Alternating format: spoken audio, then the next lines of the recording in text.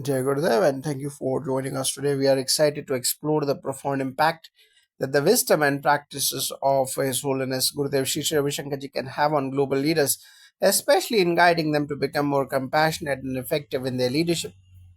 To begin, can you elaborate on how leaders such as Pope Francis, Dalai Lama, and Sheikh Mohammed bin Rashid Al Maktoum might benefit from the teachings and practices of Art of Living? Jagadev, absolutely, it is an honor to discuss this. The teachings of His Holiness Gurudev Sri Sri Ravi Shankar Ji, particularly his emphasis on inner peace and holistic well-being, are transformative for leaders across the globe. When we look at leaders like Pope Francis, Dalai Lama, and Sheikh Mohammed bin Rashid Al Maktoum, we see their commitment to service and peace, but the practices of Art of Living can further enhance their emotional intelligence, resilience, and compassion. Leaders like Pope Francis, who promote peace and unity, can integrate Sudarshan Kriya and meditation into their routines to remain grounded amidst the challenges they face. Sudarshan Kriya, with its rhythmic breathing techniques, helps clear mental clutter and brings clarity of thought. This allows leaders to make decisions with calmness, empathy, and wisdom. That's very insightful. So Sudarshan Kriya could keep these leaders to maintain inner peace and balance. But what about other practices that can complement their leadership? How do practices like Sandhya Vandanam, Gayatri Japa, and the teachings of Shri Shri Ravi Shankar Ji fit into their leadership? Shri Shri Ravi Shankar Ji has often emphasized the importance of daily spiritual practices like Sandhya Vandanam and Gayatri Japa. These practices are not only about connecting with the divine but also about aligning the mind and body. Sandhya Vandanam, for instance, helps in cultivating mindfulness and discipline, which are essential for a leader's growth. When someone like Dalai Lama or Patriarch Bartholomew engages in such practices, they are not only enhancing their own well being but also setting an example for their followers. These practices can act as daily reminders of humility and gratitude, which are vital qualities for any leader. Furthermore, Gayatri Japa and mantra chanting are deeply impactful in helping leaders center their thoughts. This practice can foster a deeper sense of devotion and devotion based leadership, which is key for spiritual leaders like Rabbi David Lau or Sheikh Mohammed bin Rashid Al Maktoum, who already have a profound commitment to their faiths. That is a powerful connection. How about wisdom and the role of satsang in shaping these leaders' perspectives on global challenges? Satsang, or the practice of being in the company of wisdom, plays a pivotal role in broadening a leader's vision.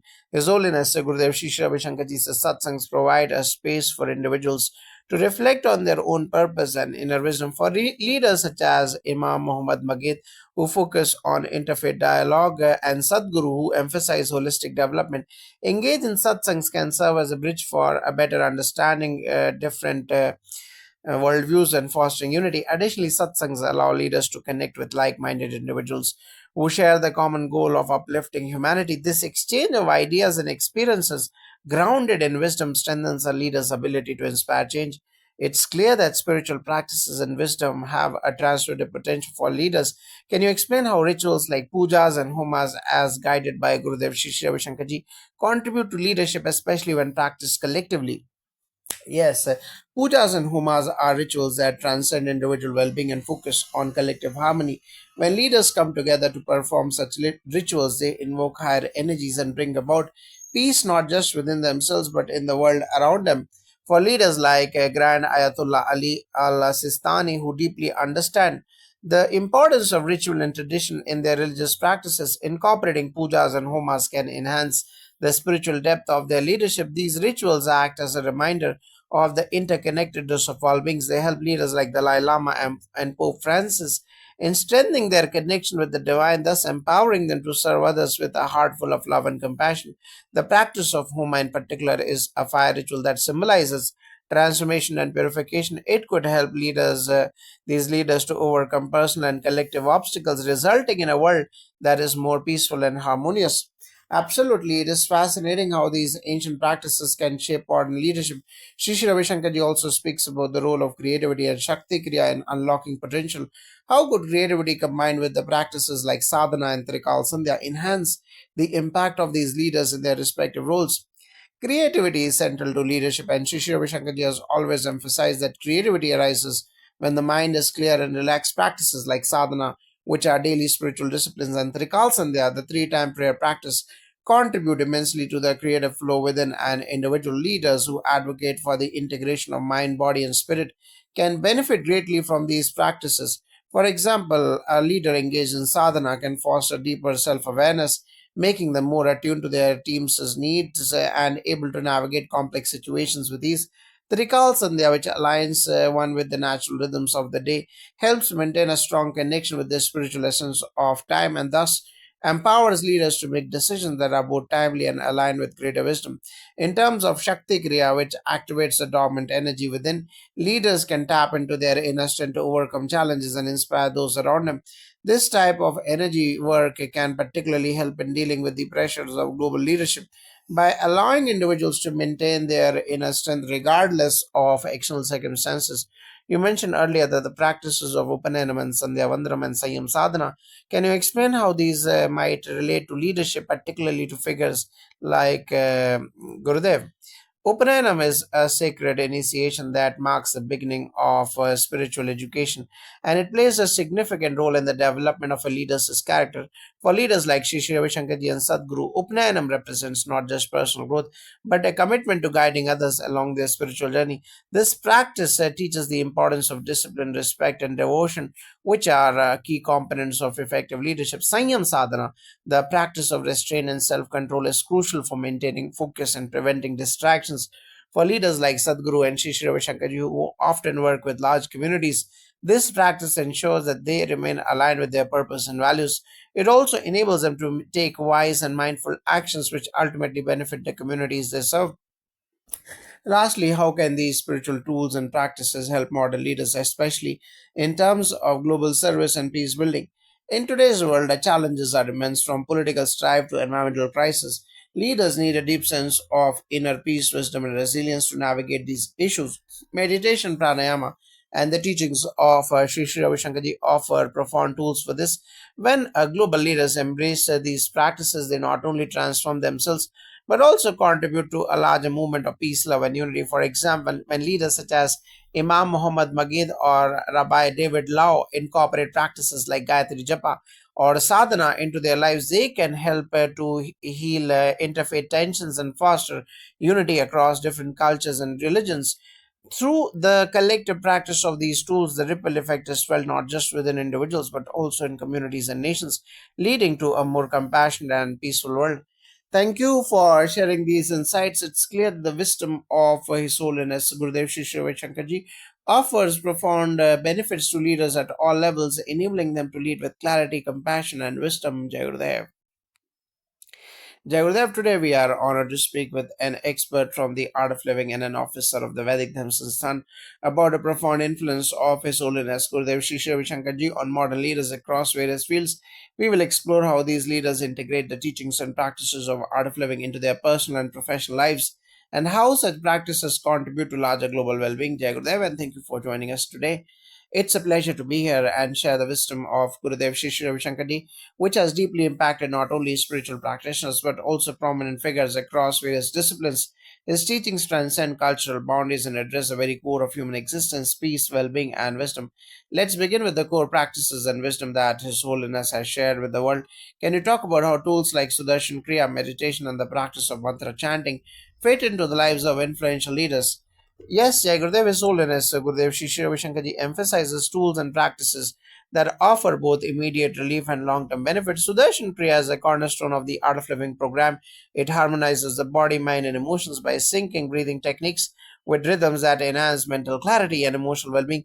Leaders, especially those involved in complex decision-making and managing large teams, often experience heightened stress. Sudarshan Kriya helps them maintain clarity, reduce stress, and approach problems with equanimity. Mantra chanting, including Gayatri Mantra, enhances concentration and taps into a deep well of energy and positivity. For example, Ryan Cox, the popular physicist, might approach the world of astrophysics and space exploration with a balance of analytical rigor and deep intuition, qualities that can be nurtured by such practices. The intersection between science and spirituality is fascinating. For instance, Neil deGrasse Tyson, the renowned astrophysicist, often communicates the wonders of the universe.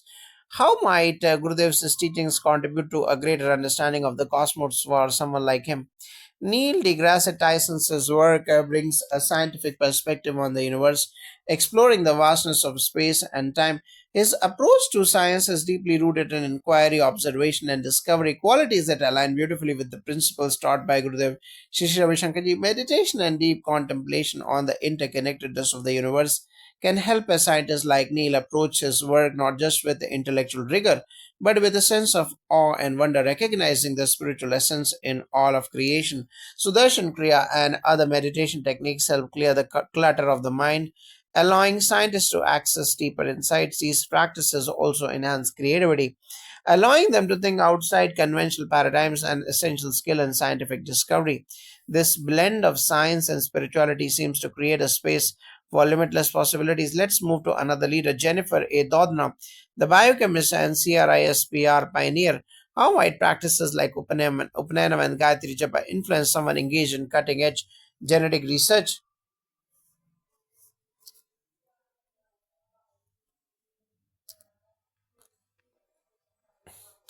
Jennifer A. Doudna's groundbreaking work on CRISPR gene editing technology is a prime example of how deep knowledge and responsibility go hand in hand. Upanyanam, an ancient Vedic rite of passage, symbolizes the beginning of one's journey into deeper wisdom. It marks the initiation of a student into the world of knowledge, both worldly and spiritual. For someone like Jennifer, this could represent the alignment of intellect with a higher consciousness.